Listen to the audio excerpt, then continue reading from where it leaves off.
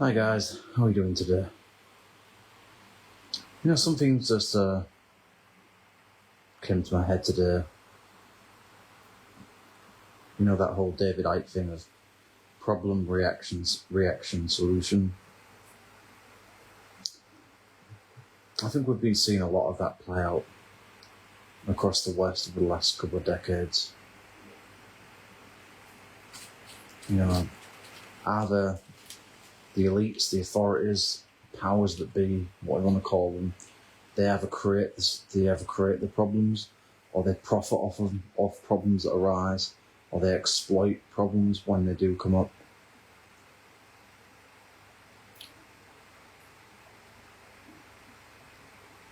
And I've been thinking a bit about society and culture recently, and I just last night I was pondering on how culture has weakened over time, and what the relationship between the decline in society,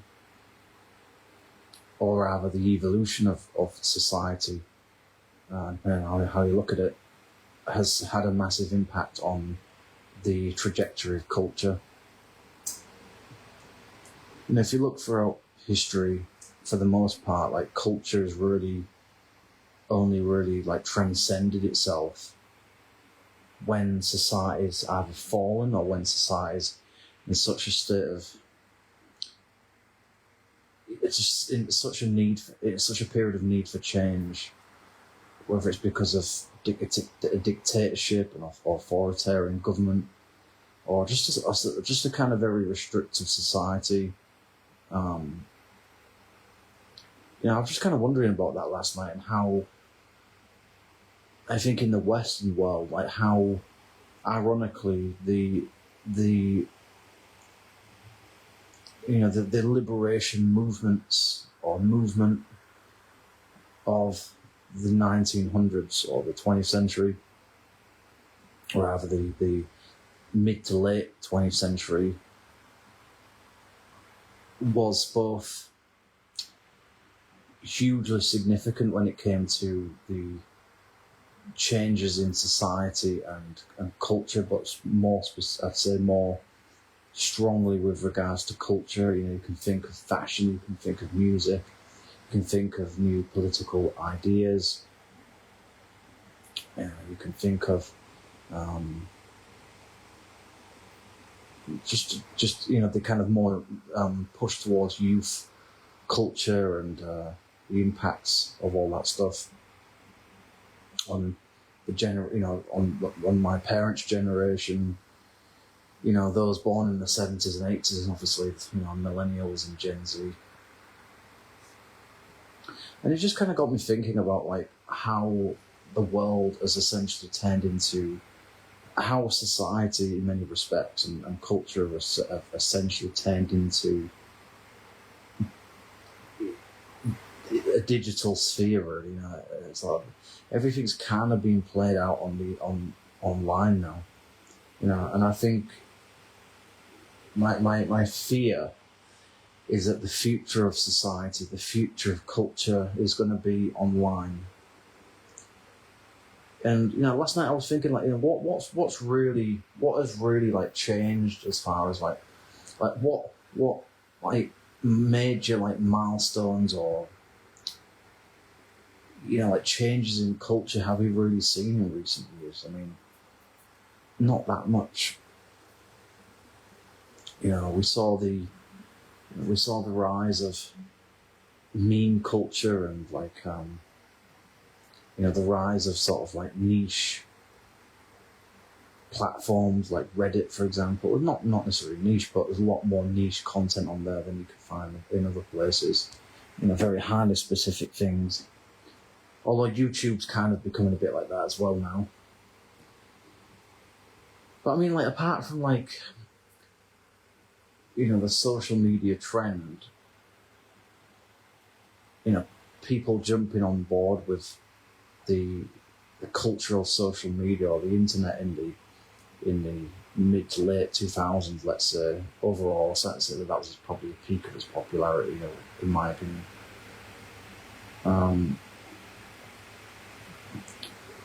I just think that like we've reached. You know, the thing is, the internet, like even social media, was at one time just it was just a convenience. It was just a way of communicating with each other. It was just a way of. It was more of a kind of like. It was just more of a thing that you kind of did casually. You know, it wasn't something that was literally a part and parcel of your society and culture. Necessarily, it's like, but now it's this all-encompassing thing of it follows us everywhere we go. You know, we can't escape it anymore. It's like we've become part of the matrix. You know, we've allowed ourselves to really, in many ways, weaken like our own societies, weaken our own cultures, because, like, you know, the more that we spend time online, the more that we're engaged, engrossed in online content, the less we're active in the outside world. You know, obviously, unless of course you're using your phone or whatever device you use outside, but like with your friends or whatever. But you know, I'd say for the most part, most people probably use, you know, certainly persistently use the internet, social media, inside somewhere. You know, whether it's at school or library, university, in the comfort of your own home, wherever it might be. You know, most people are using it in their own private space, in their own places, personal private spaces. You know, and I think part of the reason why, but just in my opinion anyway, why we've seen such a rush towards this online, this digital form of society, if you like, this digital form of culture, is because I think in the West there's this sense of repression, there's this sense of like feeling boxed in by the social norms, the expected norms of the outside external world, you know. And so I think because of like the way that our societies tend to work, in that we feel we're very suppressed and very repressed by a lot of the way that our societies, well, rather communication works and behaviour works, that are rather expected ways in which you're supposed to behave and to deal with social interactions. I think it basically leads us to a kind of like a paradoxical like a consequence, in my opinion, and that is that it breeds this sort of like extremist kind of like this counter culture, this counter society, you know, almost a kind of like underworld like existence in which, you know, we either,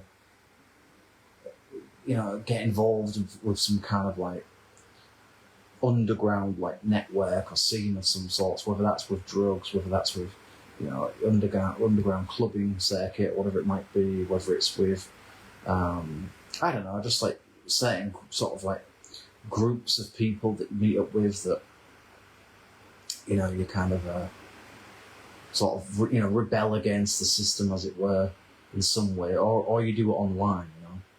And I think over time what we're seeing is that more and more people are rebelling in the digital arena rather than in being physically there in person to do things. And I think the reason for that is because so much of our society and so much of our culture in the West is so bogged down in endless rules and laws and regulations and just this sense of social performative behaviour, you know, with this sense of having to watch your manners, you know, and be tolerant and be excessively polite all the time and be kind of like combat awkwardness with humor and deal with others through banter and sort of subtle ways of kind of. I guess what I'm saying is that I think in the West there's a real sense of pretentiousness. There's a sense of there's a lot of performative stuff going on out in public. I'd say even in the workplace as well, there's a lot of this just a fakeness, people just feeling like they have to come across in a certain way and behave in a certain way so that other people, so that they fit in, they feel like they fit into that context, And I think that the reason that some people are so drawn to the internet is because they don't have to be that. They don't have to be, whatever that is for you personally, whether that's gaming, streaming, game streaming, or whether it's Discord, whatever it's conversations, whether it's watching streams on Twitch, or being part of subreddits, being part of kind of more kind of niche, eccentric, kind of quirky elements, sides of YouTube, or feeling like you belong politically in some one echo chamber or another on X or Facebook or whatever it is. I think there's more of a sense of that we feel like we have more of an identity online, a community online, than we do in real life now. And I just think that's really sad, It's like, I think it's really quite disastrous, really, especially for younger people. I've had my youth, I've had my tearaway, rebellious years, my years of, trying to find my sense of identity, or whatever you want to call it, my personality. And, it doesn't really affect me that much because I don't really go that much these days anyway, but unless I actually have to. So it's I feel sorry for the younger generation because, I'd say anyone under the age of 25, probably 20, 25, it's like,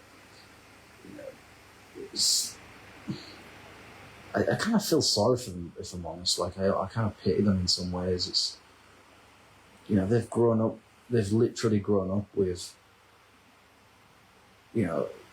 more or less the kind of, the internet as a kind of, as a normality, as a part of the way of life. It's like, for me, the internet wasn't really something that it wasn't seen as normality yet. It was kind of just seen as a privilege, as a privileged convenience. It was seen as it was just a tool, It wasn't seen as this way of life that it's become. This morning to evening, endless scrolling. This endless looking through your notifications, and looking through the newest content on YouTube, or seeing whatever trends are on X, or what, or all of this sort of like political, just overwhelming amount of political stuff on X these days, and it just wasn't this in your face reality that it's become now. It just wasn't the same thing. It was just something that you spent maybe at the most a couple of hours on, and then you turned your computer off, your laptop off, and that was it. I think really that I would say I think in my opinion, the internet, the addiction to the internet started to become more of a problem.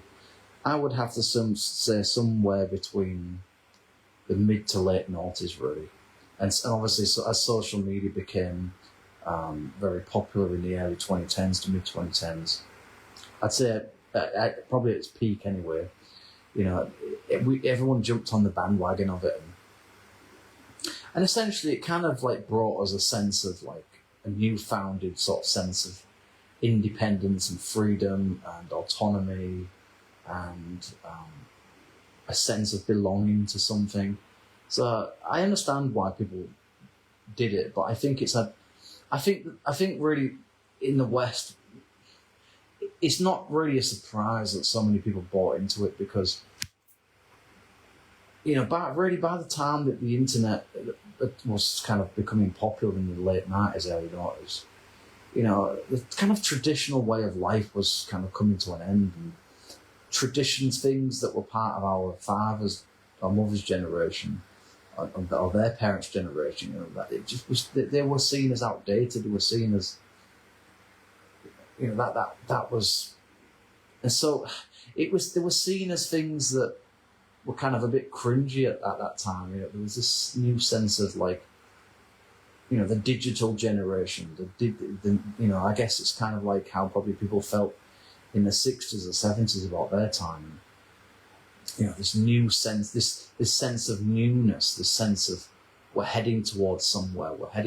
This is something innovative. It's something refreshing. We're changing. You know, we're transitioning, and we're going somewhere. But I think now it feels to me like it's like we've reached a point, I think now, where my worry is that like we're not. And I think part of the reason why we haven't seen so much change in society and culture, certainly culture so much of the last I'd say at least 10 to 20 years, is because like we've had, well, partly I think a lot of the really great stuff has already been achieved anyway, as far as I'm concerned. That's just my personal view. But apart from that, I also think that I just think there's a lack of creativity now. There's a lack of innovative ideas. And I think part of the reason for that is because things are just not bad enough. Yeah, I think that really, I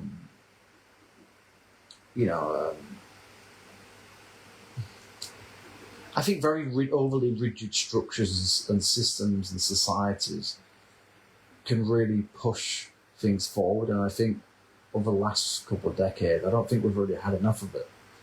You know, I think the explosion of the 90s was really a kind of, probably as far as I can tell, it was an outcome of technological change. It was an outcome of the austerity of the 70s and 80s, probably, you know, because essentially, you know, the people that artists that became popular in the 90s were born either in the 60s or 70s.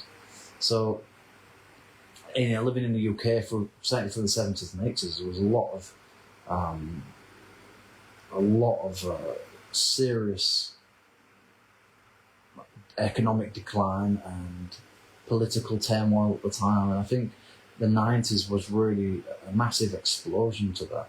It was a massive fuck you to the system. You know, just as punk was in the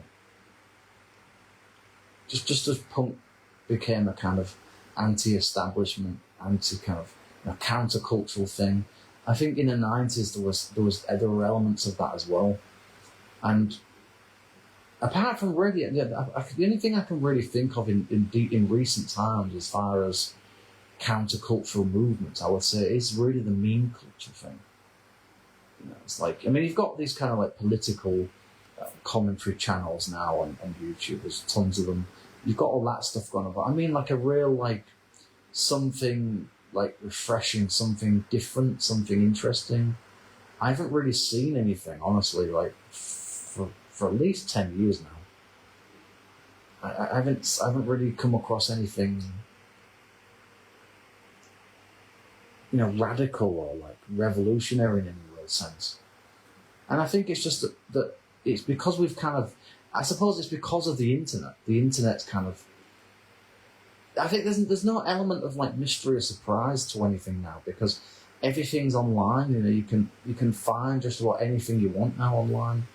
You know, you put a few letters on a keyboard away from getting an answer. You put a few search inquiries, queries, and away from a solution to something. It's like everything's practical, and I think that's why like so many things feel so dull now. It's weird. It's strange because you would think, and I also think that we've kind of become a little bit, perhaps, sorry, word to use. I just think that because we've gotten so used to having the internet, we've gotten so used to having social media that we don't appreciate it anymore. We don't even, I don't even think necessarily respect it as a thing anymore. It's like we've most of us have at least lived, a good decade or so of our lives with it. I would say at least 10, 15 years. With it being by our side day and night. Certainly for 10 years, 5 to 10 years. So, it's just become. We don't know. We don't even really take notice of it anymore. We don't even really. I don't think really truly appreciate what it is, and it's because everything's there for you now. Life is so in many ways now a lot easier than it used to be. Because you don't have to go out anymore. You don't have to go to your local library to find information, to take out some books and sit there and study, in the library, or like to take a few books home. It's like nobody does that anymore. It's like, well, maybe some schools still do it, or universities. But I mean, for the most part, the average person's not going to their local library anymore. Why would you need something? You've got the internet is essentially like. It's just a digital library, isn't it? Everything is there. Everything you could pretty much possibly want is online. You can get your fix. You can get your entertainment fix. You can get your pornography fix. You can get your shopping done. You can, contact people online, all in the comfort of your own home. You don't even have to leave your sofa now. You don't have to leave your bed anymore. And I think it's and alongside all that stuff, you've had all the economic decline, and obviously the internet has played into that. And I just think overall we've seen a lot of social and cultural decline because of the internet, because of people's addiction to it, and I accept that I am also I'm an addict as well. I like to get my dopamine fix on YouTube every day, but you see that's the problem. These platforms have got you by the ball in many ways, because they've got you so wrapped up in algorithms, and how many pages have we subscribed to over the years, and we've got everything pretty much that you could possibly want to watch, or pretty much all your interests are on YouTube or your X account pages or whatever. And a lot of the time now, I think there's a general sense out there that it's like there's not really much point going out anymore. It's not really need to go out the house. It's like, what's the point? You can hold off the boredom practically all day now, unless you actually want to go out and see your friends or whatever. But I mean, how long is it before one of them's pulling out the phones and talking to somebody else, or doing something, or trying to find something to show you on the phone?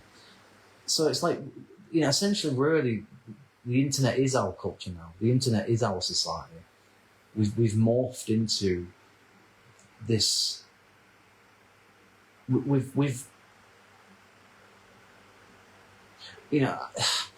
morphed into this digital world, haven't we? Slowly, gradually over the years, and it's only going to get.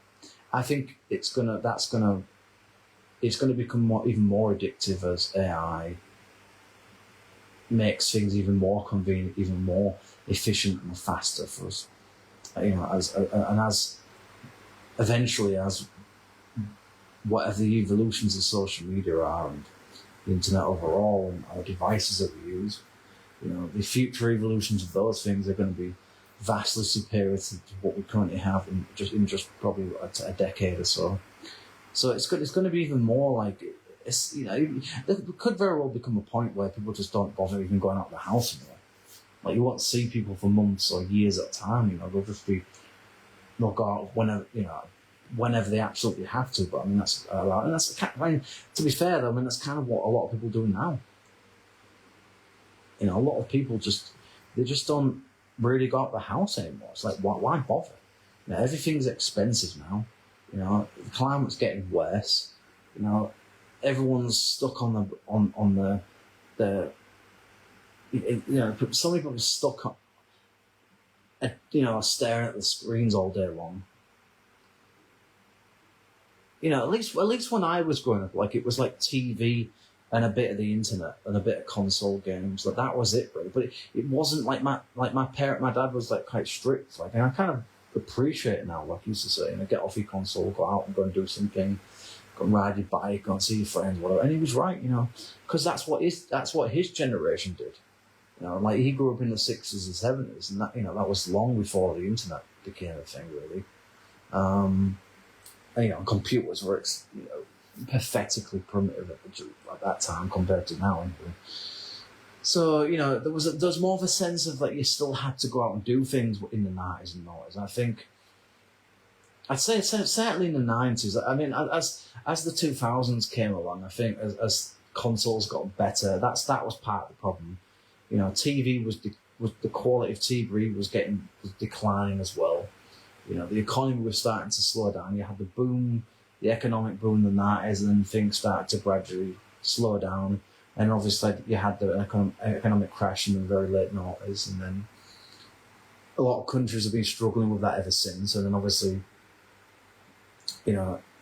with an already difficult situation financially, economically, which obviously had massive impacts on local communities in terms of, like, youth clubs and local libraries and whatever places where people used to meet up. Certain things started closing or their hours were restricted. There weren't as many weren't as many places to go anymore. And then the ban on smoking in pubs, supermarkets, making it cheaper and cheaper to get certain things compared to your local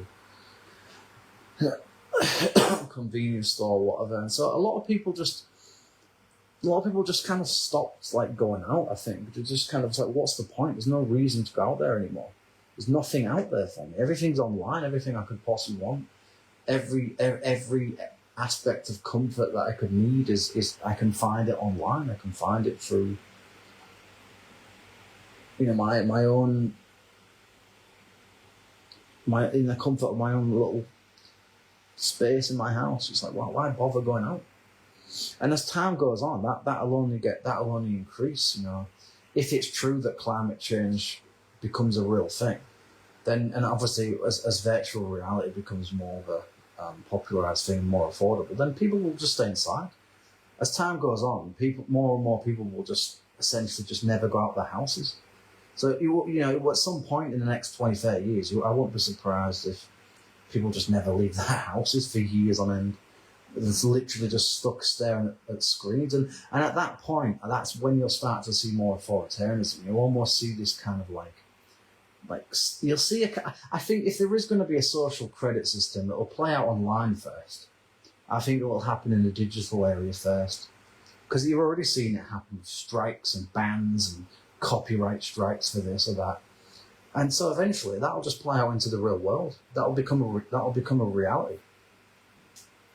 Suddenly you'll turn up to your local job centre office and, suddenly you've been blacklisted for some reason. You go to your local NHS appointment and, like, suddenly you can't get it because you haven't got enough points. And it'll just become a nightmare, like a real nightmare, dystopian world. If you think the book 1984 is frightening, like, then you've got no idea, like, just what's coming down the line. As I keep, and I don't want to keep repeating myself every time I make a video, but, like, as technology develops, so will authoritarianism. You know, because that's essentially now, that's really the only way you can control people anymore. You know, if you can control people's access to social media or the internet overall, you've basically got control over people's lives. Because they can't go shopping anymore, they can't bank anymore because everything's done through apps now. You know, they can't keep up with news, they can't contact people anymore. You know, if I ever get like completely shut off from the internet, like that's it. I mean, what am I going to do? You know, how would you, I mean, you know, realistically speaking, like, how do you survive? Yeah, I mean, you know, you think about like our lives for the last couple of, I'd say about the last 10 years or so, have essentially become intertwined with the online world. You know, it's like we can't separate ourselves from it anymore. You know, think about how many like apps you have on your phone. Think about how many things you like want to keep up with every day. It's like it's not like just by accident these social media giants have been preying on that. It's like they may not have necessarily intended to do it, but I can tell you for sure that they're certainly capitalising off of it.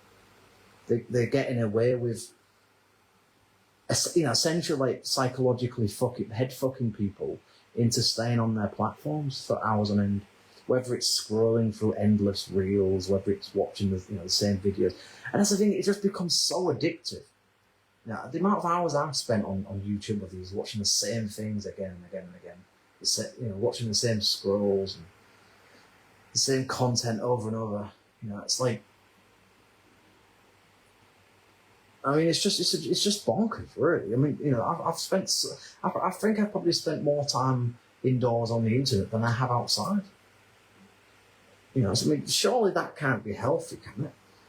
You know, over time, I mean, God knows what that must do for your mental health. You know, your sense of self. Your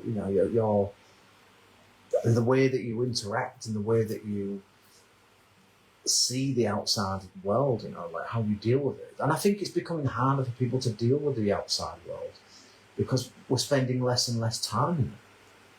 You know, that's why I've seen, I think now, so much madness out there in society is that people have lost, as society is crumbling away bit by bit, so is culture, so is standards, so is quality, so is self-respect and respect for others and tolerance and human decency.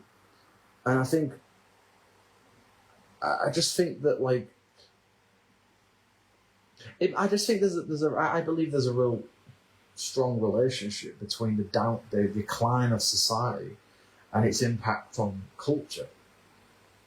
You know, and also, you know, if society's improved, it's getting better. I also think that has an impact on culture as well. You know, positively or negatively. I think I would say overall, like I think that the more that a society plummets into stricter forms of control, the more you're likely to see a more extreme form of culture. You're more likely to find over time that cultures are going to start developing more sort of dramatic or melodramatic forms of like entertainment. You know, like histrionics and, you know, like opera. You can think of it as a kind of an example of that. You know, the excessively over the top.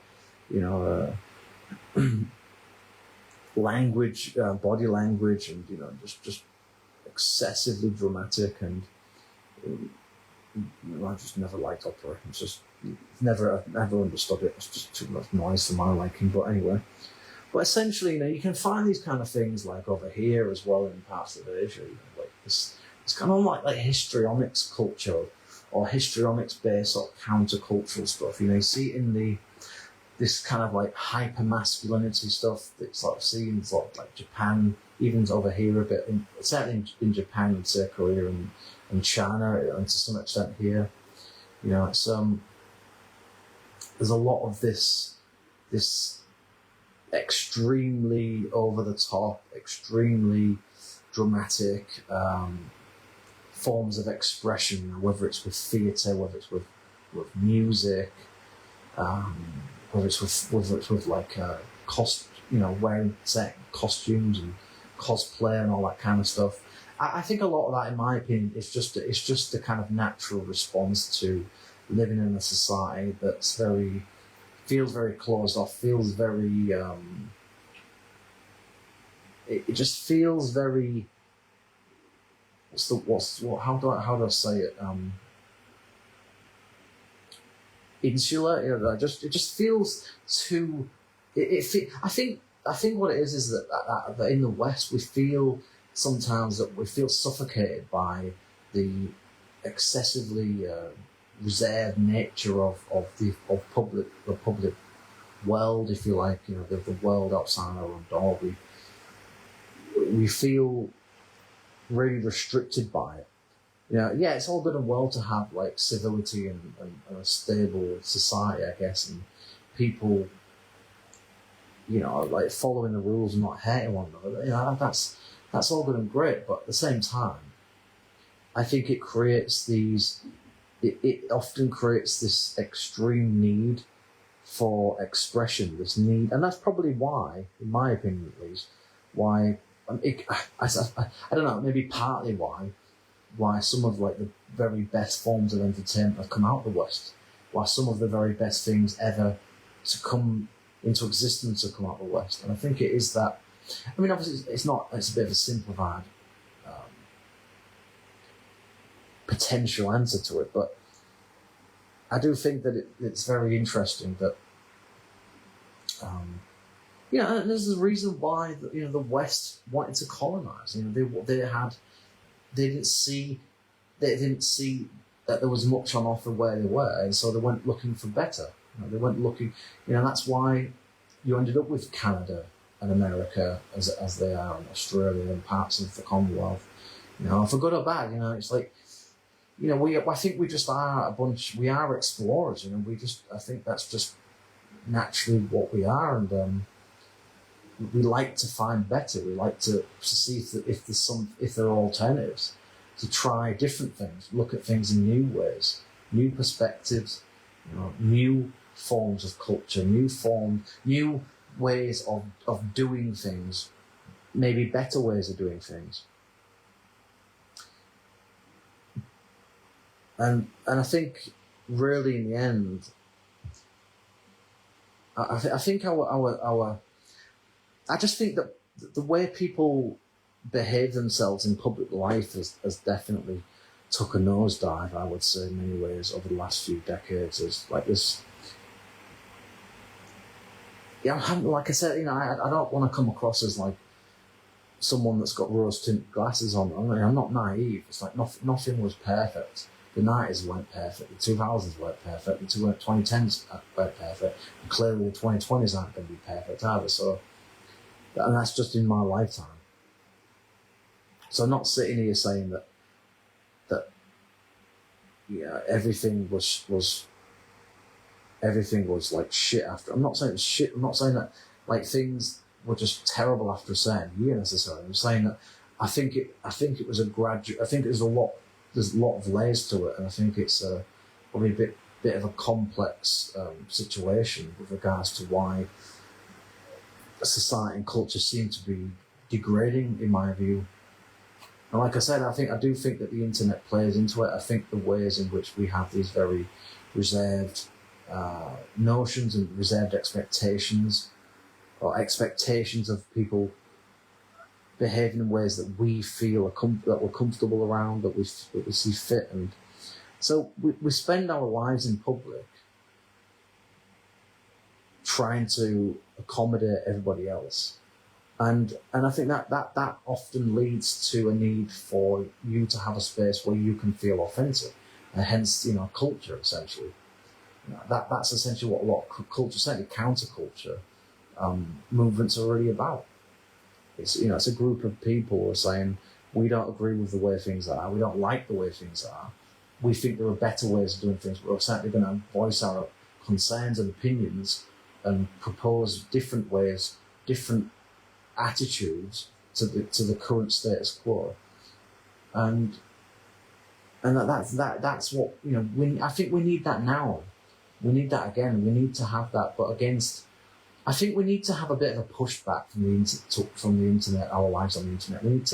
I think we have to start slowly separating ourselves a bit from the online world. I really do. I think we need to somehow start regulating ourselves a bit more and being a bit more strict and saying, I'm only going to spend... I think in the end what we need to have is some kind of like capability on our phones. I think you can do it with apps, but there should just be something that just on your that's built into your phone that just kind of like shuts off after a period of time. Like you can access message, like it should keep open like Messenger or whatever it is that you absolutely you can somehow adjust it and tweak it to your needs, where you're like where it's basically it turns everything off but the things that you actually absolutely need. It should be like that. I think it shouldn't be. Yeah, of course it is down to people's lack of self-control. You know, it's like if you haven't got enough discipline, you're not structured yourself, and you're going to spend the next 12 hours or more stuck on YouTube or TikTok, and it's like, and at the end of it, what do you really gain? Like, unless you're watching lectures, you're actually learning how to do something. But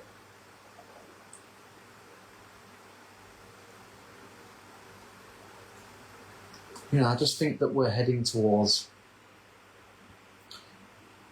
kind of the end of society, really, the end of culture as we know it. The end of the traditional world as we knew it growing up. Okay, it was pretty much kind of towards the end of things, but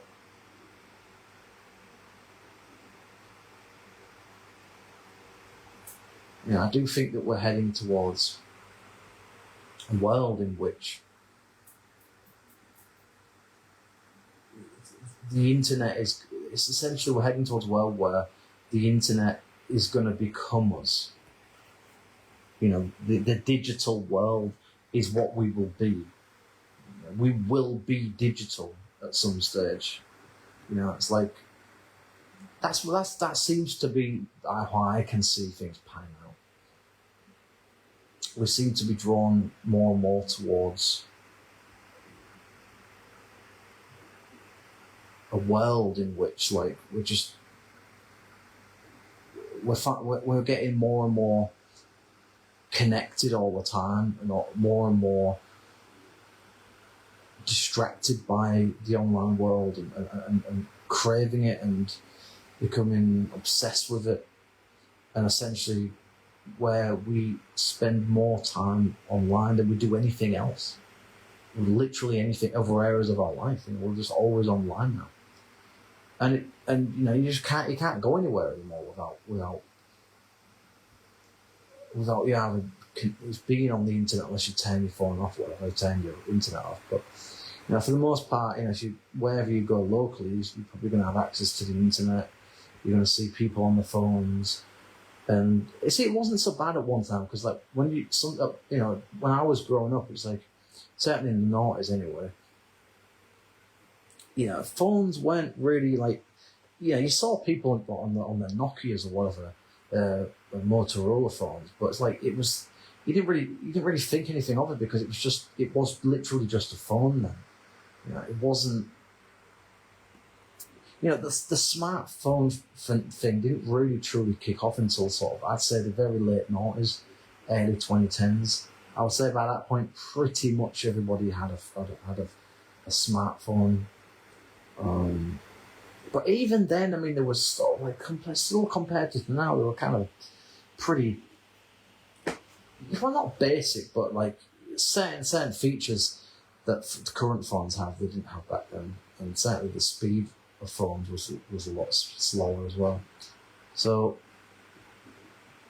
I definitely think that, like now it bothers me that, you go outside and someone's on the, you just know, like, when someone's on the, on for the most part, when they're on the internet or something, because not time that they're spending scrolling, swiping the screen or whatever. I don't know. I just sometimes I just wish I could just disconnect from it all and just not be around it. But it just bothers me, because like I'd love to just walk away from it all, just close all my social media and turn off the internet for good. But it's so hard to do that, because like part of my life is online. Part of my connectivity to the world, certainly my family, is online. How do I? Unless you watch TV. You know, it's like, how else do you get, or you have a radio, how else do you get access to what's going on in the world? You know, one time it was just a bit, you watched a bit of TV in the morning, maybe at night, or maybe on the weekends if you had time. And that was it, really. Apart from that, you read a book, you read a magazine, you went out, you did things. And I think now it's less and less people probably are going out than they used to. I think inflation's made everything much more expensive. Nightclubbing's took a dive in recent years. The culture of the MP3, the culture of, vinyl, kind of, vinyl being seen as this kind of ancient technology. The rising prices in food and alcohol, and the impacts of all of these things that I've had on bars and nightclubs and pubs and the cost of living. There's no wonder why so many people prefer the online world, prefer online shopping, prefer talking to people from the space of Reddit or YouTube, whatever, rather than going out there in the real world. Because most people, I think deep down, most people don't like the real world. Most people don't want to be in the real world anymore.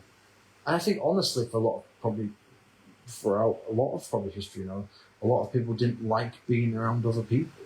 They wanted to create their own little havens, their own little spaces where they could just be left alone and not be bothered. And I think there is a need for that in our species. There's a need for connectivity with others, but there's also a need for your own world, your own space, your own ability to express yourself naturally without fear of judgment and criticism, because that's essentially what it means to walk outside. To walk outside your front door means to, essentially be in the firing line of people judging you and criticising you and mocking you and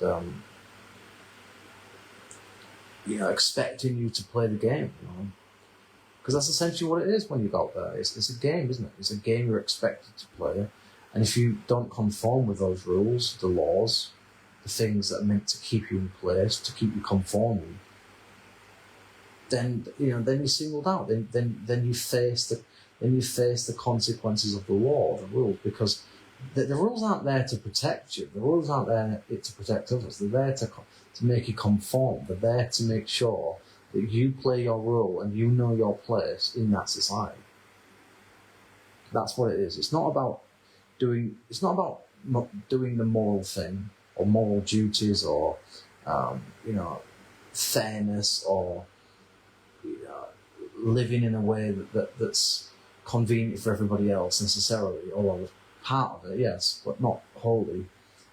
I think it's just more about just keeping people conforming.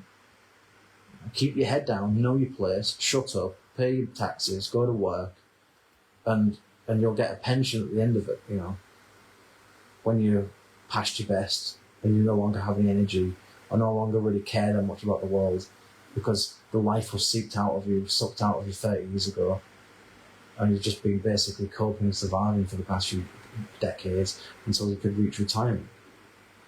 That's essentially what the West is. It's grow up as quickly as you can, leave home when you're 18, good luck to you, get your shit sorted out as quickly as you can, find some job or career you can tolerate for the next 35, 40 years, whatever. And that's it, and you're on your own. And you will follow the system. You will play the game that we call society. You will play the game that we have set, that we have created, that we all participate in. And you won't step out of line. It's like reminds me of that series, The Prisoner. But instead of it being I'm not a number, I'm a free man, it's basically, I'm not a man, I'm a free number. It's just that's what we are now. We're all just really these days, most of us are nothing more than usernames and passwords. We're nothing more than our social media presence. We're nothing more than the identity that we've carved out for ourselves online. Or at least our presence online anyway.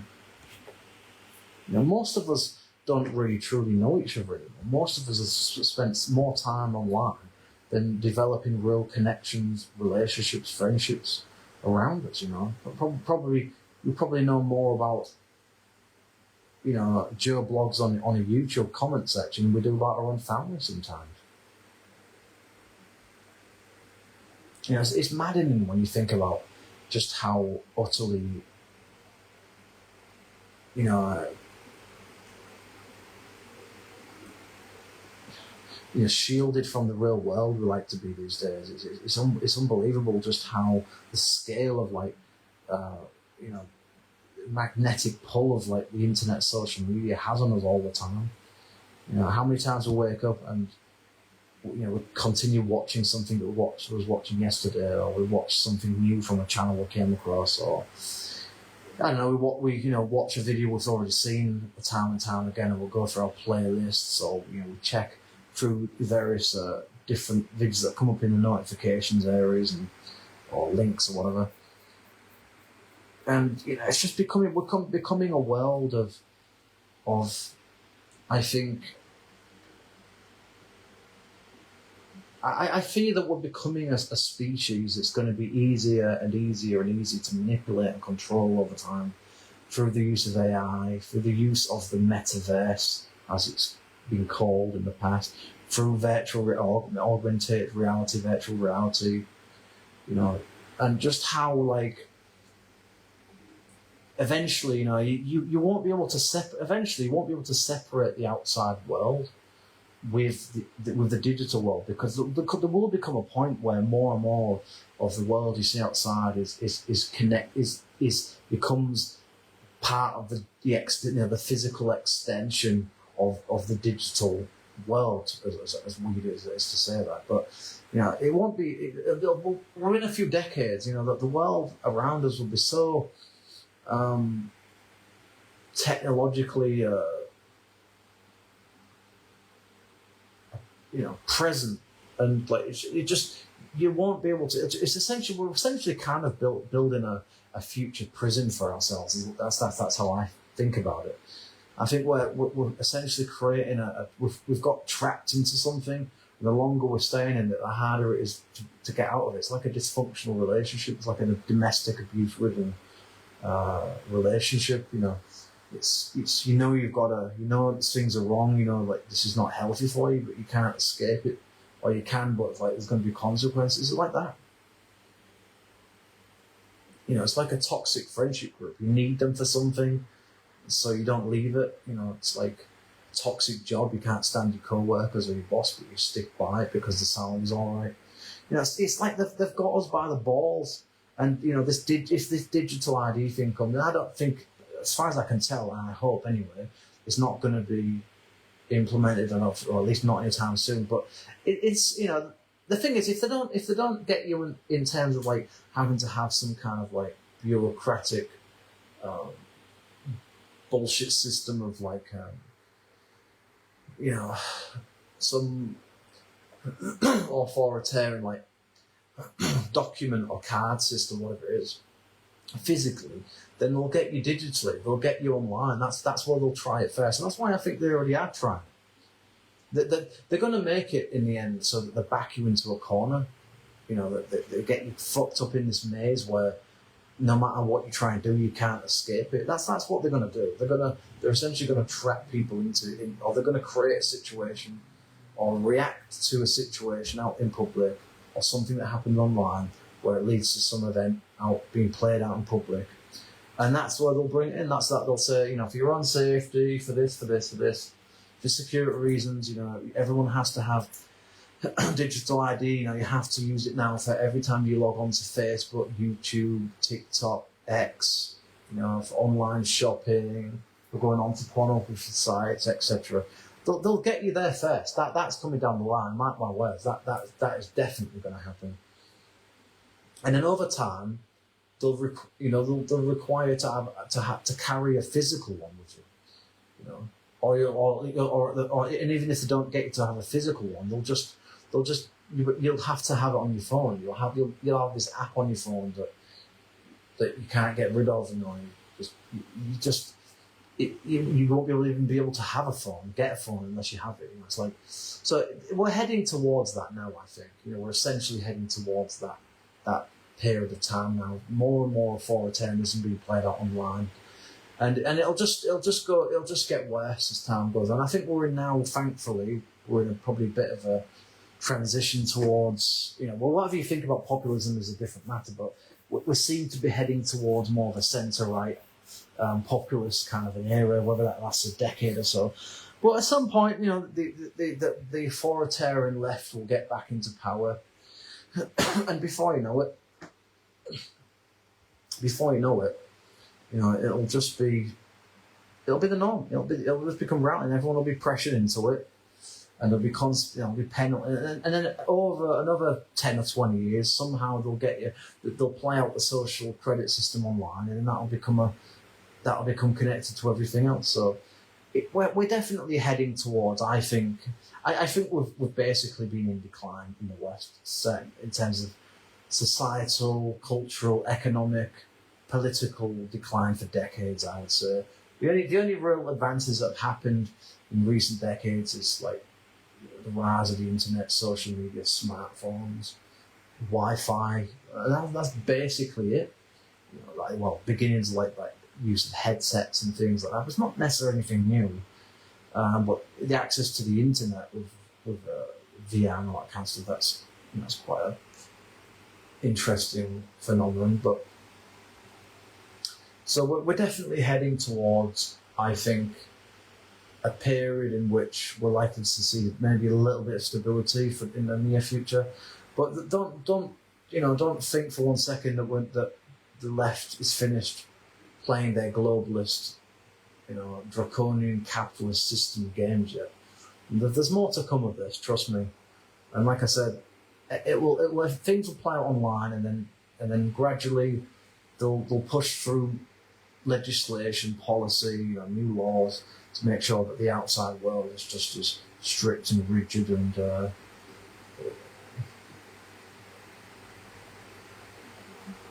you know, kind of just more bureaucratic, more difficult. You know, the more you can keep people online, the more you can control them, essentially. The more you know about them, you know, the more. And the thing, when you think about social media, how many times we share our pictures, our videos, our personal battles, our daily grinds, etc. You know, making videos on YouTube. You know, the more that we share of ourselves, the more that they've got of us. You know, the more access that they have to us. So they want the world to go fully digital. They want the world to be completely immersed in the digital sphere, because it's easy to access people. It's easy to control people, manipulate people, gaslight people. You know, play reverse psychology on them, play all sorts of head games, and to keep people glued to the internet. You know, and to make sure that it comes across in a way that's just, oh, we're doing this for your safety, we're doing this for your security, we're doing this to help alleviate boredom, we're doing this to entertain you. Not the content creators so much, but the platform itself.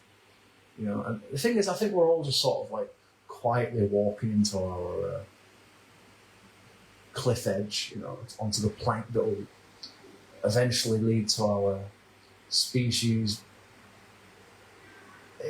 Over probably a century, I reckon,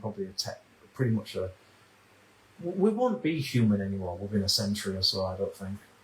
We'll see the beginnings of biotech over the next couple of decades, and then by the time at the end of the century, within the next or few centuries, we'll see transhumanism. We'll see the beginnings of sort of, I don't know what, I mean, just whatever the future evolution, the next models of humans will be. So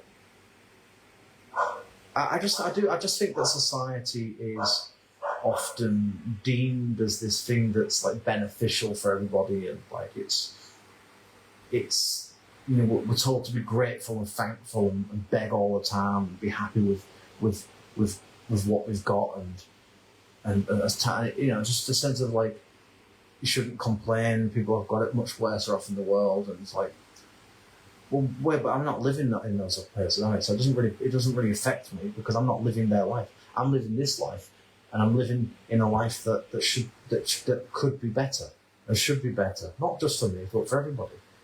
You know, what happens a few thousand miles away? That's none of my concern. That's got nothing to do with me. I can't help those people. I can't make any change to those people's lives.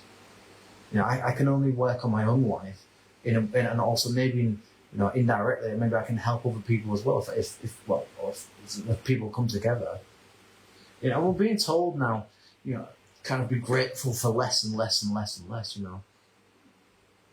Paying more for less, doing more for less in return. I just kind of generally feel that the world is not.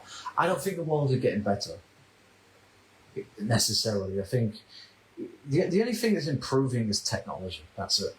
And our love of all things tech, especially if you've grown up since the 50s, 60s, let's say, certainly 70s.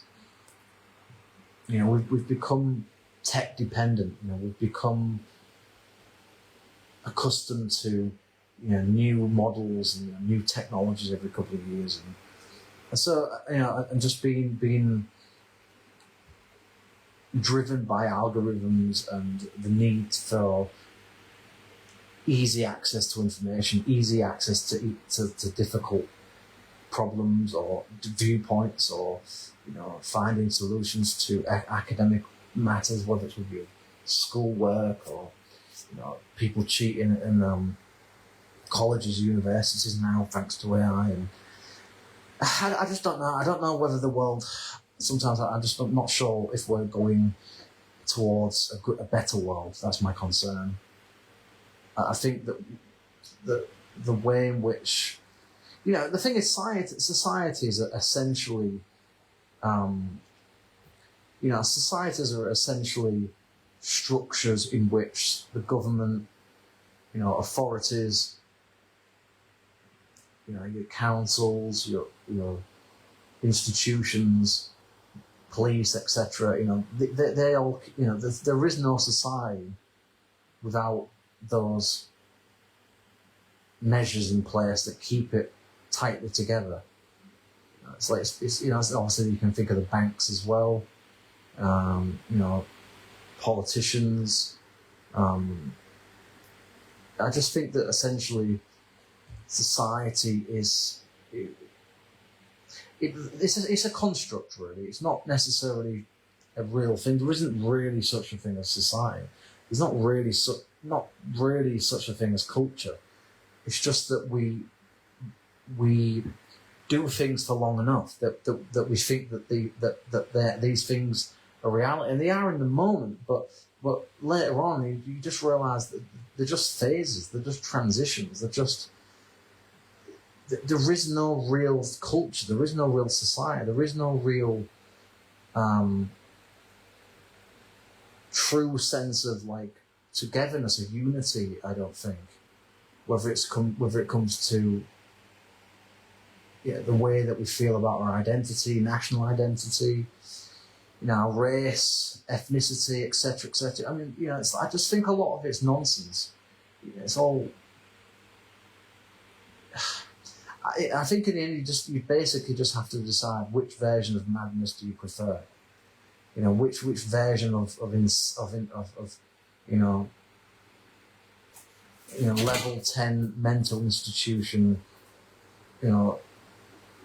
isolated cell of insanity do you have to, let's say? Surely, aren't we heading into? Aren't we essentially digging our own graves here? Aren't we being played? Aren't we being? Because we're being monitored all the time. We know that much online. Certainly by bots and the use of AI. So we know we're being monitored. We know we're being analysed. We know that we're being watched technically, and we know that our information is being stored. And so, when you think about this, we've essentially built for ourselves digital prisons. You know, we aren't really truly. I don't really think we are as free and independent and empowered as we like to think we are.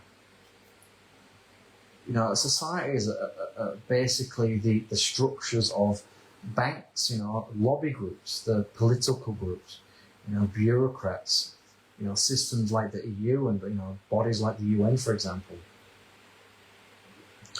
You know, obviously major corporations and organisations that have massive influence over how societies work, how they develop, how they need to change.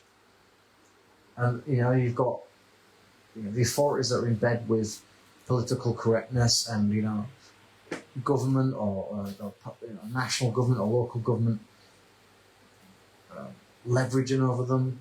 You know, you've got morally bankrupt authorities, you know, police, the judiciary system, even the health services has kind of become extremely political. Yeah, so there's so much political interference over one's country's economy, its way of life, its traditions, its certainly these days anyway.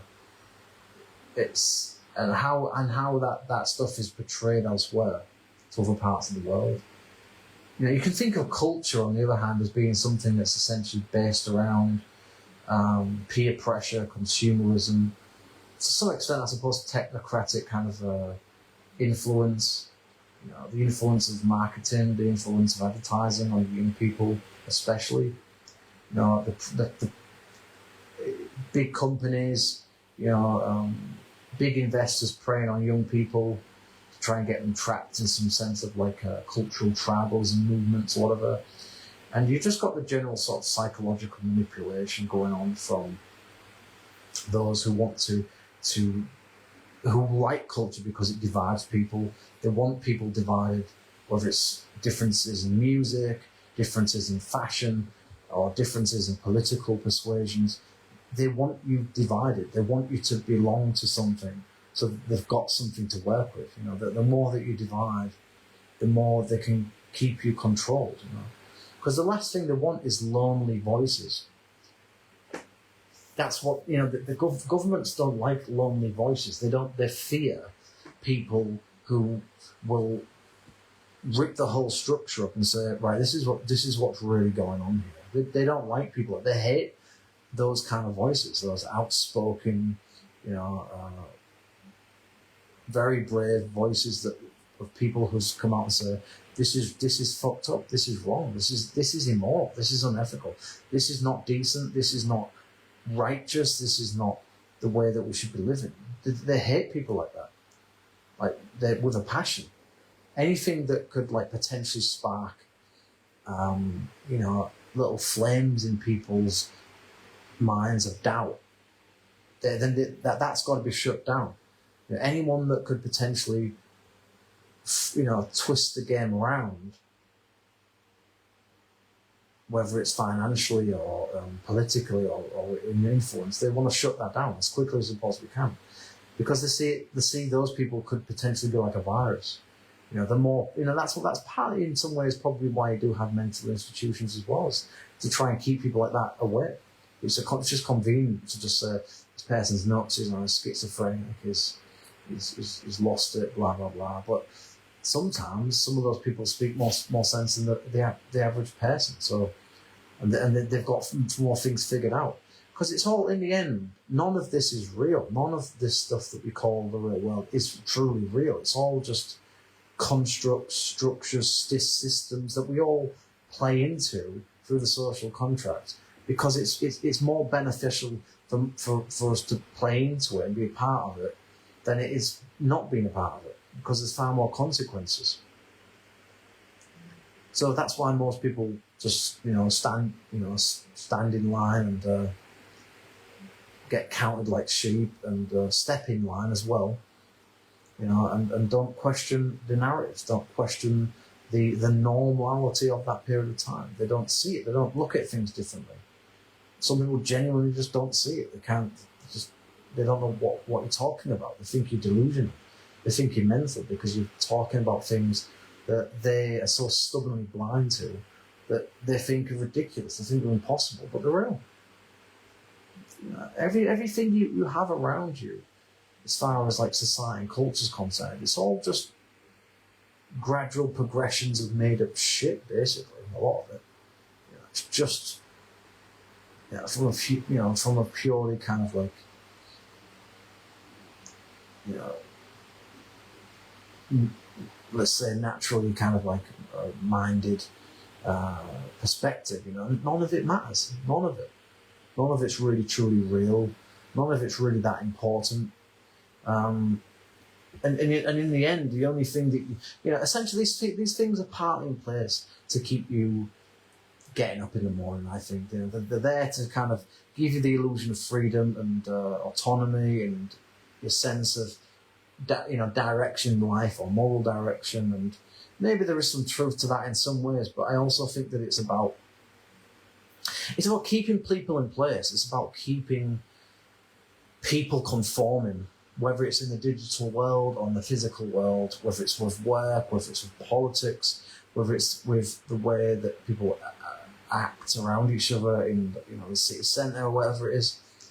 We're all just, you know, we all feel this sense of pressure to conform and to just follow the next person along with us, whatever they're doing. Don't stand out. Don't speak out. Don't say anything profoundly, you know, life-altering or like mind-bending or provocative, because it could change the way people think and feel about things. And there's this sense that I think by governments, authorities, institutions, that enough of those people would turn things around. They would be out on the streets, burning shit down and demanding change, or else. And that's what they're scared of. That's why they have to give you an element of if you want to call it freedom, whatever, but they have to allow you to have a certain degree of this kind of false sense of autonomy. Yeah, you can go buy as many phones as you want, or how much food, whatever you want, how much alcohol, how much drugs you want, but it's like but you'll never break free of the society that you belong to. You'll always be bound by it. You'll always be restricted as to what we tell you to do, what we allow you to do. So yeah, you could say, well, yeah, that's better than other parts of the world. Well, yeah, true, I agree. But I think in the end, like, if you're not, you know, you're not free when you're challenged for speaking out, whether that's through being arrested, being fined, having your life ruined. You know something's wrong when people want to either lock you up, shut you up, or kill you for saying uncomfortable things that could twist everything on its head. If enough people got involved and got on board with what he was saying and believed it, there is a threat of that. And that's partly one of the reasons why, in my opinion, why laws are there, why rules and regulations are there. It's not just always about doing the one's moral duty to protect people, make people safe, be considerate and convenient for people. Although that is a part of it as well, I accept that. But I think on another angle, it's also that they are also the things that these are the things that lead to so much, weirdly can lead to so much change, but also can really lead to massive periods of stagnation. Like a lack of ideas, a lack of creativity, a lack of artistic endeavours, and a lack of new anti-cultural, anti-societal movements. It's like we haven't seen anything in years now. I can't remember the last time I actually saw anything that was truly revolutionary or radical out there. Just about any area of society, in my opinion, even culture. Nothing's really been like, certainly over the last 10, 15 years, nothing's really piqued our interest, has it? Apart from like the rise of social media and the smartphone. That's about it. So, I don't know. I just don't know where our society is going, where our culture, if there's even much left of them at all at this point, where they're heading towards. I don't know what's the future for or for our species. I mean, are we just going to literally just be just connected up to the internet at some point, just 24/7? It's I would say it's a very possible thing. I'd say it's probably even likely to happen. My fear is that we're losing more and more of our real sense of freedom, our real sense of independence and autonomy and a more enlightened way of living. We're not heading towards that. We get told that that technology is a good thing for us. I think, well, it's certainly convenient for us compared to older ways of doing things. Yeah, that's true. But really, we're just heading towards suicide. We're heading towards our own demise. Whether that's a literal death, end of our species, or whether that's the end of the human brain, the end of human life as we know it today. I don't know, but I do think that's my guess is that it's probably inevitable. If it is indeed the case that climate change does get worse over the coming decades or centuries, then of course more people won't want to go anymore.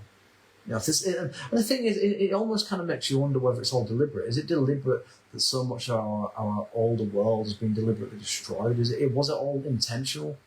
Was it all intentional to get us to eventually just not have to force us to kind of dig our own biological graves? Was it all deliberate? Was the internet deliberate? Was the rise of was it all deliberate? Because the more you can get people to do things themselves, the better. Because then they don't see it as authoritarianism. They don't see it as a form of control or being manipulated or and moved along with the crowd. So the more you can be devious and cunning and conniving as a government, as an institution, as a big tech, Silicon Valley types, the better for them. You don't have to. All you have to do is sell people the rope to hang themselves with. You don't have to hang them yourselves. And that's my only thing here is that I'm worried about I'm just really concerned about the impacts of certainly on the young people today. God knows what kind of life. I really do fear for people growing up today, because I think the world that they're growing up into and the world that they will grow into in their 20s or 30s is going to be so fucked up, so unbelievably surreal, and even more mental than today's world, that it'll be almost beyond belief. Think about the world of 30 years ago. It was a different world. And the 30s from now will be even more stranger than anything from back then or now. You'll be unrecognizable in many ways. It'll be so incredible and thrilling and entertaining and interesting, and yet at the same time it'll be a kind of paradoxical kind of a life. I think it'll be very contradictory, very kind of almost counterintuitive way of life that we will all find ourselves being pushed towards, just like lambs to the slaughter, and it'll happen so quickly that people just won't notice. People didn't.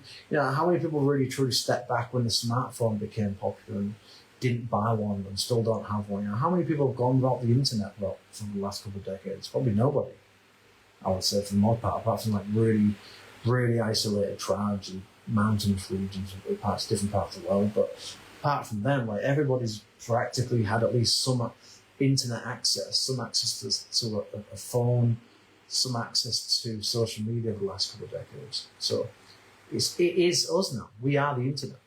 We are the digital world. That is what we are now. We're no longer the humans of yesteryear. We're no longer the humans of even a decade ago now. We are literally now in a world where everything that you need, everything you could possibly want in a digital version of it, obviously, is online. It's all online. So what happens to the outside world? I'm going to go now, and I say that often in my videos because I know the videos can go on a bit, but I just wanted to bring. I mean, obviously you'll be able to see it anywhere on the video, the timer, but I think just like I just don't. What is the future of ourselves? Where are we going from here? What are we achieving anymore? What are we really doing? Like where's all the counterculture stuff? Where's all the radical revolutionary ideas and like where's the youth at? What are we doing anymore? What is the world that we live in now? What does it mean? Like what does it represent? Who are we anymore as a species? Are we digital or are we not? Which one is it? Because honestly, I can't tell sometimes.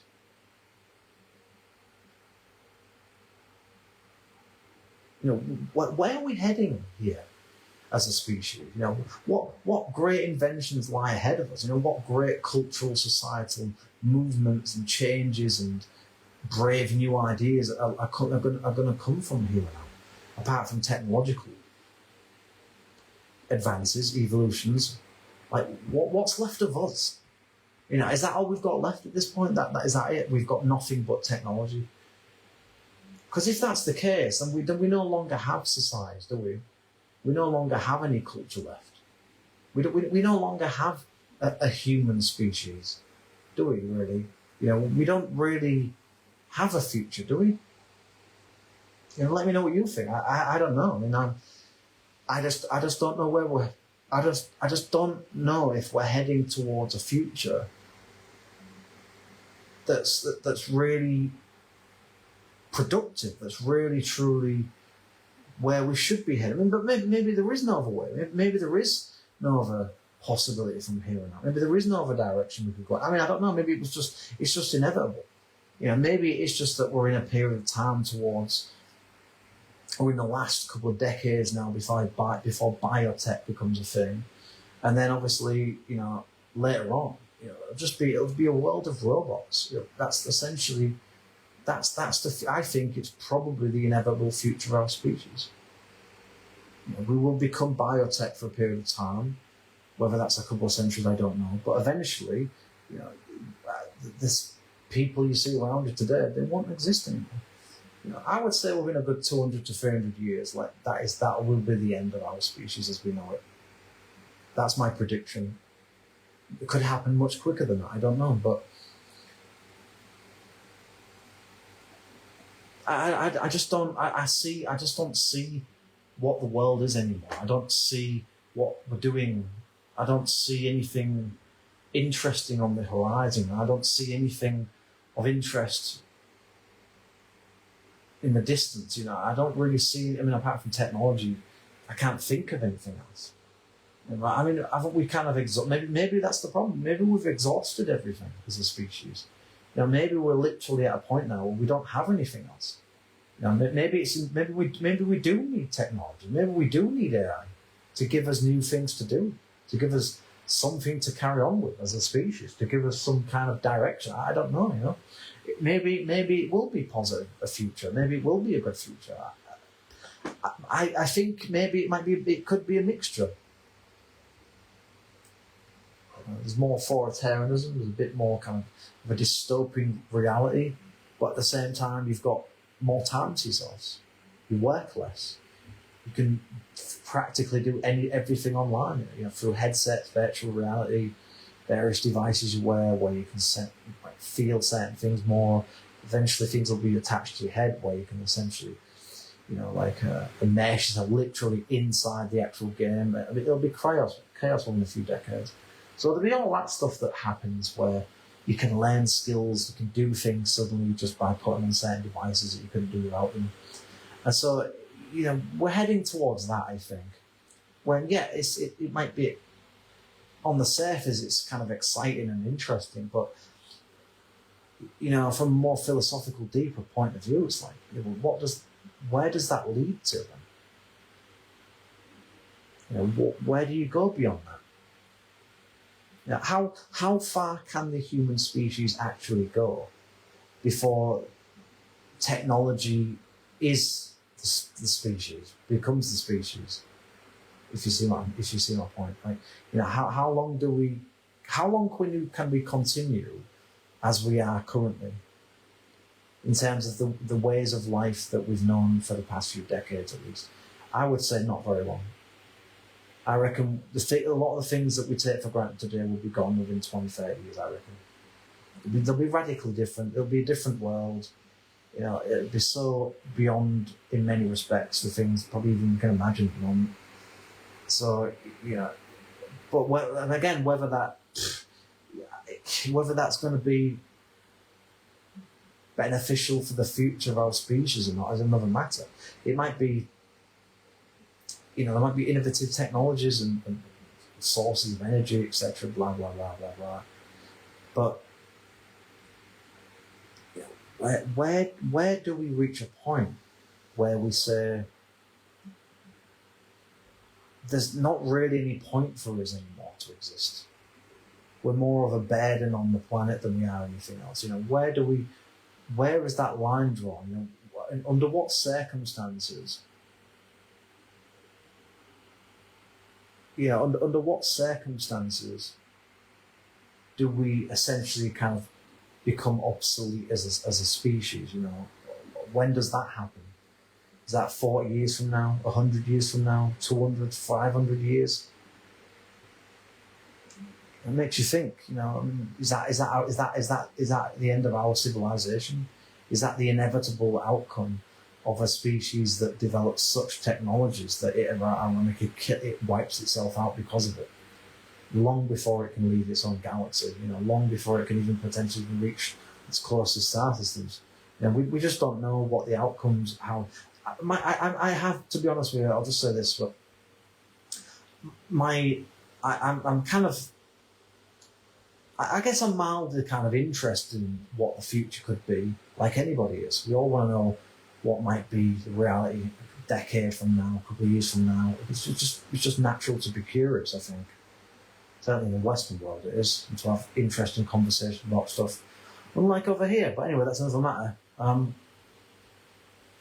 But yeah, I don't know. I just don't know if we're starting to kind of see the beginnings of the end of our species in some way or other. I don't know. You tell me what you think. It's definitely going to be a strange life from here on out, I think, my view. Whether it's going to be the right future or not, I guess we'll have to see. But if my pessimistic ass is right, then yeah, I don't think we're heading towards. I really don't. I really worry that we're not heading towards a future that is not really a life anymore. It's going to be more of an existence. It's going to be more an experience rather than an actual lived life. That's my fear. But anyway, you let me know what you think in the comments. I'll catch you soon. Thank you. Bye-bye.